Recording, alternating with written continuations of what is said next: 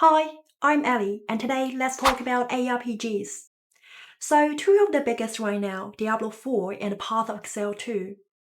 They come from the same dark fantasy DNA but somehow ended up walking totally different paths. One is a big budget Blizzard sequel full of bugs and broken promises. The other is a gritty underdog from New Zealand that is actually challenging. Why did they turn out so different?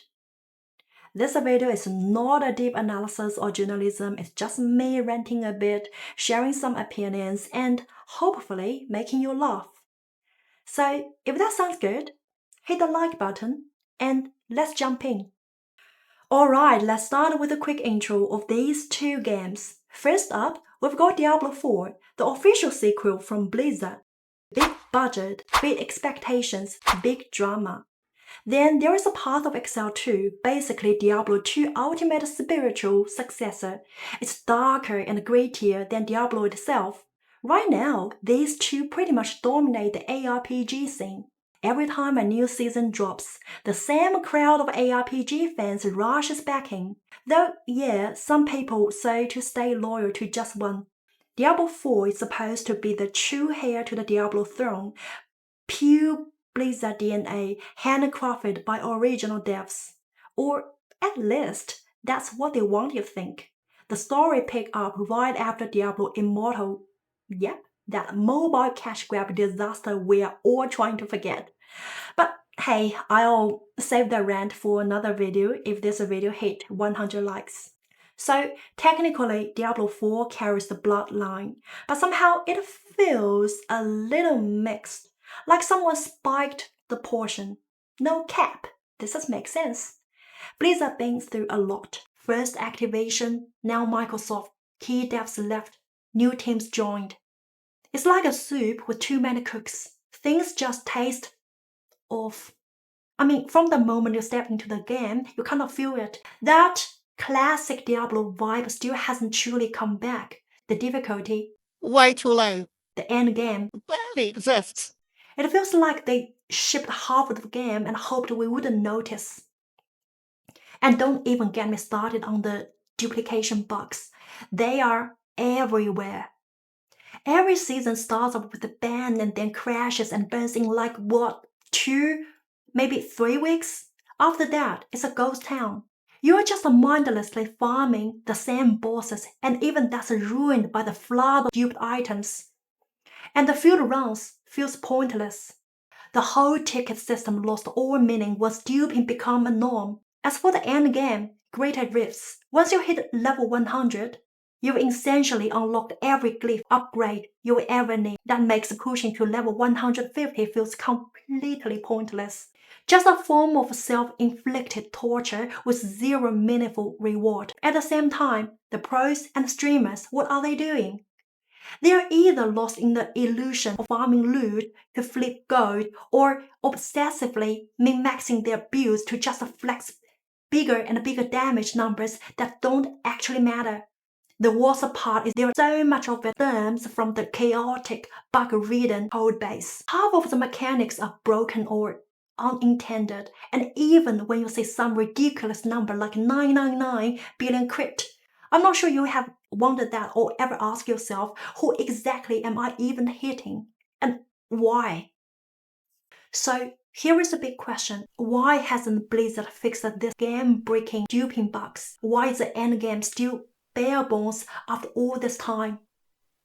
Is it because they've run out of ideas, lost their magic touch? I don't think so. I see two major reasons. 1, bought-in studios, and 2, Microsoft's corporate politics and KPI obsession since the merger. I've actually worked on the post-merger integration projects in real life. I've seen how big companies shift priorities once the deal is sealed. Trust me, once a big MA happens, it's all about numbers, engagement, retention, revenue per user. I know how corporate decisions get made. This isn't some tinfoil hat conspiracy theory. It actually makes sense if you think like a shareholder. Back in the old days, when tech was jankier, bought-in wasn't destructive. Gold farming, account boosting, it was annoying, we know. but it didn't break the core of the game. But now it's completely different. We've got AI-powered bots that are near impossible to detect, and mouse macros that blur the line between player and script. Even the top-tier Diablo players are showing off macros in their builds. Some even share the macros publicly like it's not a big deal. The truth is, bots are insanely efficient now. Capital investment turned these bot farms into legend operations. They calculate ROI, run like a clockwork, and team up with the third-party markets to manipulate item prices. It's organized exploitation, not just boarding anymore. Professional, ruthless, profitable. So, how did Blizzard respond? So Blizzard thinking probably went like this. If we can't beat the botters, why not just become the biggest boarder ourselves? Scripts are fast, cool, we will just let people dupe their way though.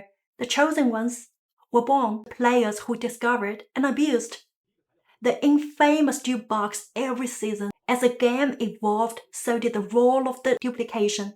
Need a triple ancient perfect stat item? Dupe it. Need a rare one per account boss ticket? Dupe that too. Why bother investing in expensive gear farms or automation hardware when you can just buy the tech to duplicate? Well, at this point, it feels like Blizzard and the boarding studios are in it together. I still firmly believe those duplication bugs, they were not accidents. They were intentional exploits left open and conveniently ignored. Think about it. You are telling me a legendary studio like Blizzard, now backed by Microsoft, the biggest software company in the world, can't fix a duplication bug? Please, I'd sooner believe pig could fly. So it's not about incompetence, it's about strategy. Blizzard didn't fix it because they didn't want to. They saw the bots profiting and said, you know what? We want to cut that pie too. And that brings to the second point, board pressure. And the massive corporate acquisition, it doesn't happen because someone believes in their vision. It's not passion. It's not nostalgia. It's investment backed by spreadsheets, forecasts, and a board-approved plan with clear targets. And when you pour billions into buying a company, you expect more than what you paid, which means what actually gets reported to the board. Metrics, metrics, metrics. Page views, daily active users, revenue per minute. Under that triple KPI pressure, bots are data points, not a problem. If the game's too hard, players drop. If the loot's too rare, engagement tanks. So what do? You smooth it all out. Make it faster, easier, more accessible, and for Blizzard's target audience. It's not long-time Diablo fans anymore. It's the people who have never played Diablo before. Because even if the game's garbage, slap the Diablo logo on it and the fan will still show up. In MA, they love to talk about synergy. What we got was a buggy ARPG, board smiling and players duping like it's a feature. Sounds like a synergy. Nice. So how do you get those players into the game, the ones who never played Diablo, who lived off short-form content and need instant gratification? Easy, lower the difficulty, shorten the grind, hand out the loot like a candy. Give them a fake goal to chase, and of course hire the top-tier artists to design killer cosmetics. Blizzard nailed all of it. I can already picture that the boardroom, a bunch of the executives laughing their way through a business proposal on How to monetize a franchise without making a real game. Now, let's shift our attention to Oceania. Yep, in New Zealand, a country where finding an IT guy who works past 5 p.m. is considered as a miracle. Somehow, from a garage came the biggest challenger Diablo has ever faced. Path of Exile 2 from Grinding Gear Games GGG. To this day, I still can't believe this game came out of New Zealand. No offense, I mean, the the last time I spoke to a senior there from there, he was literally using a calculator to help him balance Excel sheet. So yeah, when people ask me, do you think GGG can really head-to-head with Blizzard? I'm like, bro, they already did it. And they did it with a spreadsheets and snacks before dinner time. From the moment Path of Exile 2 dropped the first trailer, the hype exploded. It wasn't just excitement, it was a hope. You had Diablo 2 fans still chasing that old school darkness, and Diablo 4 players heartbroken after the hype collapsed like a wet paper bag. For a lot of ARPG fans, PoE 2 felt like a light in the darkness. Even before the game launched, players were already putting it on a pedestal, treating GGG the true inheritor of a Blizzard legacy. The flaws, cause GGG definitely didn't let me down when it comes to living up to my expectations of Oceania's IT scene. The game's optimization is straight up tragic. no matter how powerful your PC is, the moment you throw cold and lighting projectiles together, flashing lights, dropped frames, total chaos, your GPU taps out, frame rates are wildly unstable, the web-based trade platform clunky and outdated, and the art direction, they gave the work to the intern and just no milestone check. These things seriously hold PoE back from surpassing Diablo 4 in mainstream reach. Even if the core gameplay is still light years ahead. Now, let's talk about how GGG dealt with the botting issues. It all started with that infamous difficulty bump. GGG dealt up that challenge so much that tons of players stuck in Act 1 for hours. No doubt the community wasn't happy. Bad reviews rolled in, but you know who really took the L? The botting studios. After the explosive success of Season 1, tons of farming operations were gearing up for the Season 2, buying scripts, investing in hardware, ready to mass produce loot like it was a factory line. But that difficulty bump, it wrecked everything. Most of their bots couldn't function, and their setup investments started bleeding the money. And here is the thing, like what I said earlier, those sporting studios, they are not just amateur, they are full-on business operators. They don't just jump on any trending game. They calculate risk, forecast profits, weigh the return on the investment, and when the numbers stop making sense, they pull out. That one patch basically scared off the entire industry for a while. Now, that's what I call sniper shot. Another one bites the dust. With this kind of back and forth and growing unpredictability of Path of Exile 2, boarding studios were forced to seriously reconsider whether this was a project worth sticking with. They came up with follow-up patches, lowered difficulty, higher drop rates. So naturally, some people started asking, wait, is GGG backing down? Are they softening up for the studios? And to that, I say absolutely not. And a serious studio or even a full-time solo farmer knows this. The first month of season is a golden opportunity.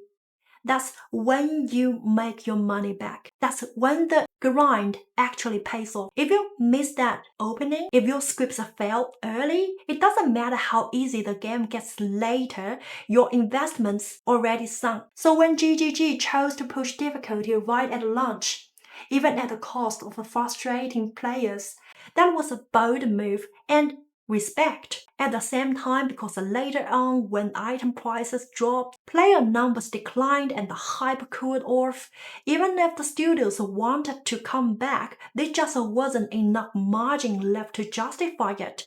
Late season, farming is never profitable at scale. That patch, it wasn't a surrender, it was a well-timed shift in priorities. It gave the second win to players still grinding. It welcomed the newcomers with slightly better pacing. And most importantly, it kept the solo grinders. These folks pose no threat to the game, unlike studios.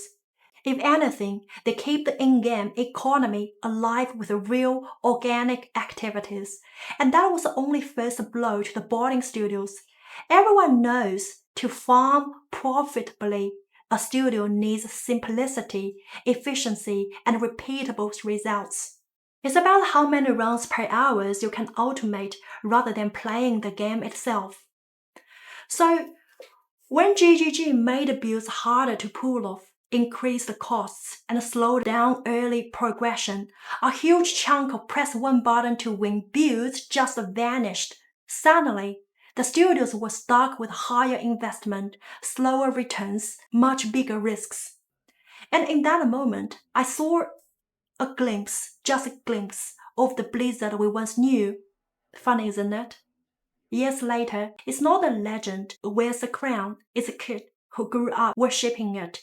The one started out in the garage, now quietly becoming the new torchbearer for the genre. And as for Blizzard, I wish they would find their soul back again. You can't expect a bunch of spreadsheet slinging execs with Wall Street mindset to understand why people love games. They're too busy with reading reports.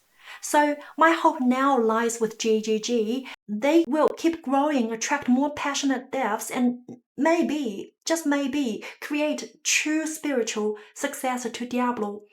Let ARPG live on as a tribute to the creativity and the passion of the dev who came before. So now I have to ask you, which game are you putting your hope in? Drop your answers in the comments. I'm really curious. I'm Ellie. My channel is my reviews on game and tech. Sometime we'll chat like this, like and sub, and I'll see you later.